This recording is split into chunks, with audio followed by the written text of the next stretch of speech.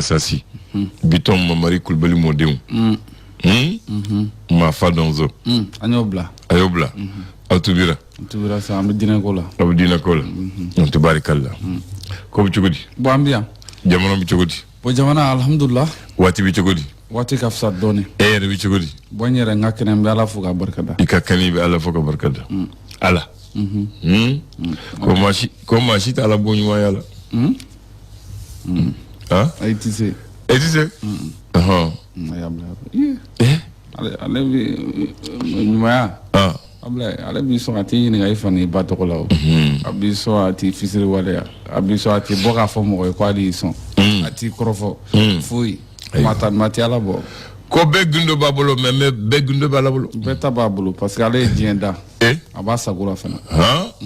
Fɛn bɛ k'a kɔnɔ i y'a kɛ sɔgɔma tile fɛ wula fɛ su fɛ a ɲɛ b'a bɛɛ la ko don o don sɔnni ko bɛ kɔn a la dɔrɔn de la sinon ne bɛnkɛ tora k'a di ka caya kuma dɔw la kuma bɛ caya dɛ a kuma bɛ caya parce que o bi ban mun bɛ adamaden bolo o bi ban diɲɛ yɛrɛ bi ban fɛn kelen min bɛ to diɲɛ kɔnɔ o ye Ala ka masaya ye a banna donc a bɛn b'ale dɔrɔn de la ko m'ale maaya jɛ ale tɛ maa si jɛ na i n'a waati don n'a waati sera i ta bɛ d'i ma a ti maa jɛ a la fewu Allahu Ala ko Ala bɛɛ ma bamananw ko ale tɛ maa kelen fa ye ayi bɛɛ ta don a bɛ yan bɛɛ kama a bɛ yan bɛɛ kama bɛɛ tout le monde ayi dɛ sisan i yɛrɛ de b'a ɲini i ka ma gɛrɛ a la kosɛbɛ o fana bɛ dépend i yɛrɛ la nka sinon bɛɛ ma don bɛɛ ka ma don dɛ bɛɛ ka ma don bɛɛ don ayiwa bɛɛ ta don ko hali diinɛ tɛ tiɲɛ hali diinɛ tɛ kelen ye ko Ala kɔni ye kelen pe wayidu kuma banna an ka taa fɛ an ka n'an yɛrɛ sɛgɛn sa an ka n'an yɛrɛ sɛgɛn alhamdulilah bon an bɛ dɔn jumɛn na alamisa don alamisa marisi kalo tile 28 san 2024 o y'i ka jate ye dɛ alamisa la o ye tiɲɛ mais an bɛ sunkalo kalo de la tile 18 o de ye ne ka jate ye tile 10 b'u cɛ o donc an bɛɛ bɛ jate kelen na an bɛɛ bɛ jate kelen na an bɛɛ bɛ jate kelen na ne ta ye tubabu kalo ye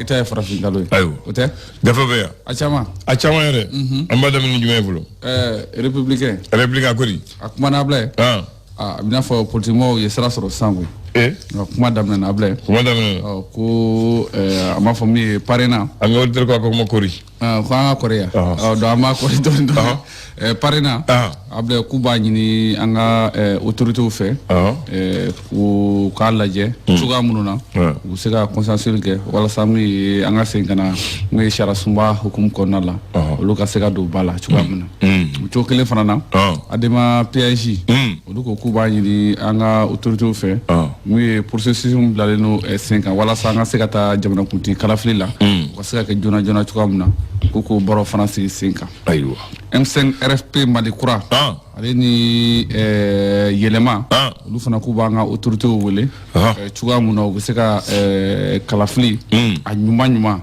k'u bɛ se k'o labɛn cogoya min na ayiwa k'u ka teliya o kɔfɛ ka teliya Docteur Etienne Fakaba Sissoko a bila a sira kaso mala suro Achiro la pour atteindre au crédit de l'État neni ko a ye kumaw fɔ ko kuma minnu fana na ni kibaru minnu jɛnsɛra ko kibaru fana ko tiɲɛ t'a la ko kama bi a sira ye ayiwa tabarikalla a bɛ caman sɔrɔ Ala k'an kisi ye disiba caman bɛ yen u n'a baro kɛ Zire Abdou a bila ye a ko di ale kumana min ye transition maracogo kan ko n'i ye maliyɛn bɔ bi ma tan k'a sigi ma tan mun ye cɛmancɛ fanga b'a la ka mara cogoya min na maa 9 k'olu sɔnni b'a ye n'i y'a sigi maa 10 maa 9 ko baara kɛcogo ka ɲi ayiwa Ablaye min ye vaccination ka se k'o kɛ mun ye rougeole ale ni bana bɛ n'u b'a wele ko rubéole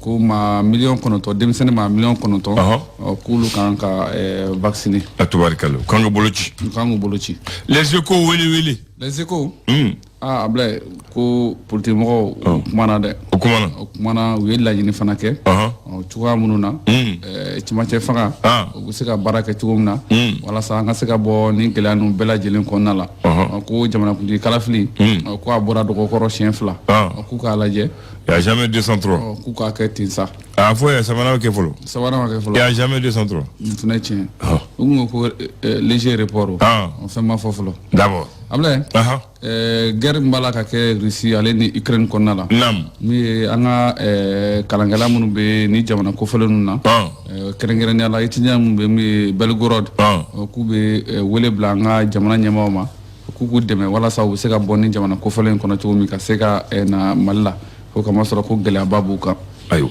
min ye tribunal kɔnɔna la min ye Sajan Jakite Ablaye san 5 kaso o dira ale ma ka kɛnɛ k'a fɔ ko a ye sonyɛni baara dɔw sigi sen kan ayiwa n y'a f'i ye cogo min na n ko docteur Etienne Fakaba Sisoko ale kɔni mana dépôt dara ale kan Ablaye badenya ndolantan mun kɛra aigle 2 ni ɲɔgɔn cɛ super aigle du Mali ko a laban kun cɛra ni aigle ye olu ka sɛbɛya ye tubarikalla leçon faso ka fasiri a ko di ale kumana ka se ka dɛsɛbaatɔw ko se k'olu dɛmɛ cogo min na sunkalo kalo kɔnɔna la ni dɛmɛ kofɔlen ko baaraw sigi sera sen kan ko hakilina tara an ka cɛmancɛ fanga ɲɛmafɛ n'o ye colonel Asimi Goyita ye ko baara ninnu yɛrɛ k'a b'a la ka hakilina mun ta ka baara kɛ k'o de ye k'a fɔ min ye tonne 150 ka se ka di maa minnu kɔni ni olu kɔni dɛsɛ b'u la ka kɛ ni sunkalo yɛrɛ b'a fɔ cogo min na ko ɲɔgɔn dɛmɛ kalo ale ni ɲɔgɔn sutura kalo de ye Ablaye a yɛrɛ mun b'a fɔ don o don ma fɛn dama fɔlɔ fɛn man di fɔlɔ sunkalo dun banna da presse kɔni n'u ye mun kɛ an mun bɛ taa fɔ foyi da mun i kɛra kumana an kɛra ɲɔ susu kolonkala ye Ablaye Asimi Goyita ko ale ye maa ye maa bɛɛ jɛ fanga ko k'a lakile ko maa de démocratie tɛ bɛɛ jɛ fanga ye wa min ye Bakari fanga tɛ sɔn bɛɛ jɛ ma fana a tɛ sɔn bɛɛ jɛ ma Bakari Magane ale kumana min ye waati yɛlɛmaw ko hukumu kɔnɔna la ko an kan ka teliya ka baaraw bila sen kan waati na cogo min na an bɛ se ka kisi waati yɛlɛma baaraw taabolo kan tubarikalla l'indépendant ko di indépendant bi sɔgɔmada in na ale fana kumana Ablaye a ko di kabako dɔ filɛ nin ye dɛ kabako Ablaye a yɛrɛ ka lamɔden n'o ye Dramane Dambele Ablaye ko a ye kɔnɔ da o la koyi o kɛra sababu ye a ka lamɔden Ablaye a ka lamɔden k'a ye kɔnɔ da o la sitanɛya minɛ sitanɛ dɔ o kɛra sababu ye san 2 kaso o dira mun ye Dramane Dambele ma nin waati in na ayi ni mɔgɔ cogo san o t'i to kaso la o ni mɔgɔ jugu a b'u ko bɔ k'u bila dɔrɔn mɔgɔ ka hakɛto Ablaye b'a fɔ ko sitanɛ ya sitanɛ donna la a se kun t'a o de kama n'i y'a mɛn sitanɛ donna i bɛ cɛ ala de i y'a faamu transition k'a kun kan ka ban marisi kalo tile 26 san 2024 ko kun ka sɔrɔ k'an seginna min ordre constitutionnel la appel du 20 février k'u ye cour constitutionnel u ye gafe bɔ ka ɲɛsin olu fana ma walasa cogoya minnu na u bɛ se ka jateminɛ kɛ ko an ka bɔ min ye vide constitutionnel an ka bɔ o ko kɔnɔna na tubarikalla Adema PAJ k'u bɛ autorité wele k'u kan'u yɛrɛ to mun ye vide constitutionnel vide juridique k'u kan'u yɛrɛ to ko kɔnɔ mun ye CODEM olu kɔni y'a jira k'a fɔ nin waati in kɔnɔna la Ablaye ko gouvernance b'a la ka kɛ cogo min Ablaye ko a taabolo tɛ taabolo ɲuman ye dɛ Ablaye an bɛ taa Sevare min ye Mopti mara kɔnɔna la min ye lieutenant Amadou Sanogo protection civile la Ablaye ko ale fara mun ye bamaci wale kɛbaaw olu fɛ dɛ Ala ka hinɛ a la amina an b'a kuncɛ le reflet d'Afrique an b'a kuncɛ n'o ye a kumana ko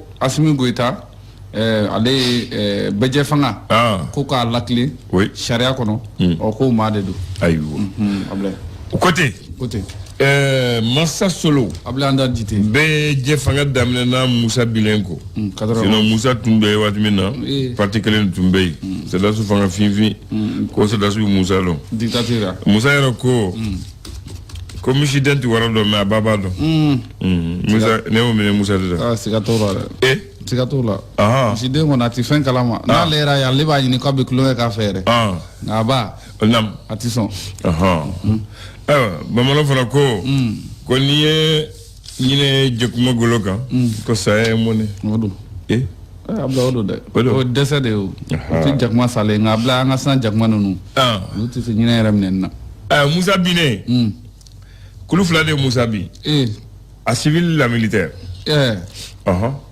wati mina école de ya damne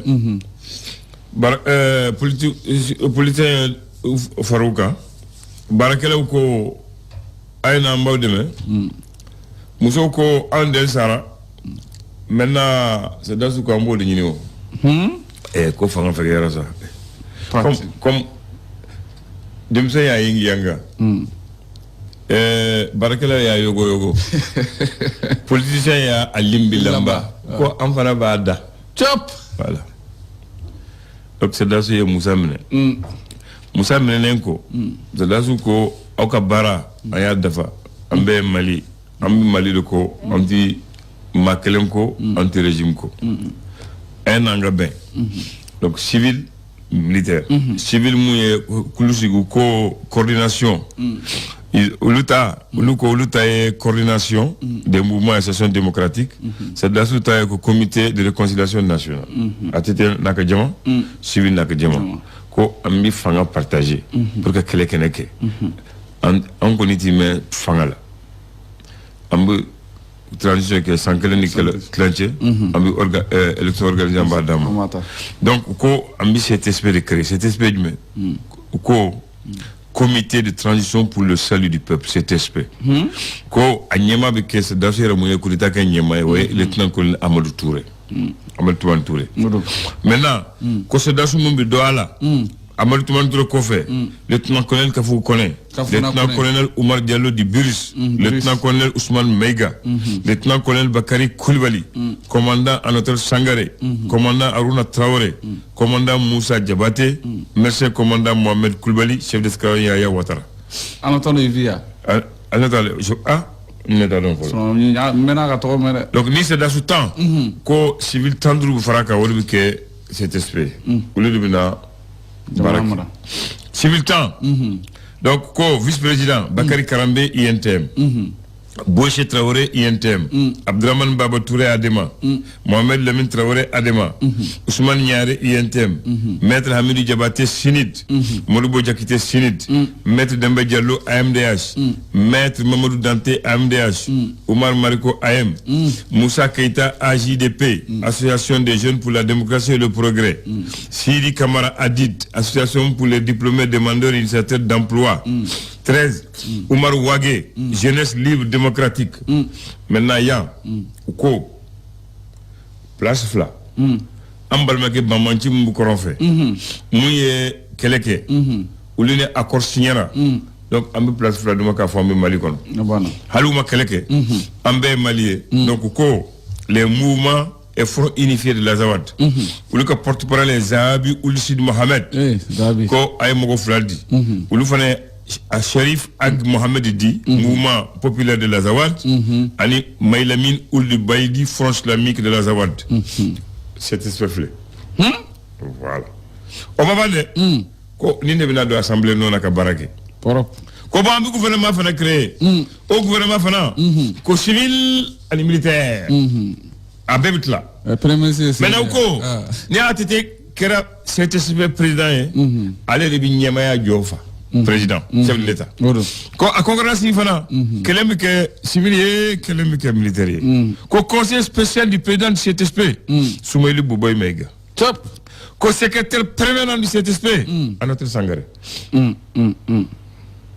Ko bon maintenant, comme en une constitution boala, en kanga loi fondamentale de là. Ko loi fondamentale fana ma wara do bad la de.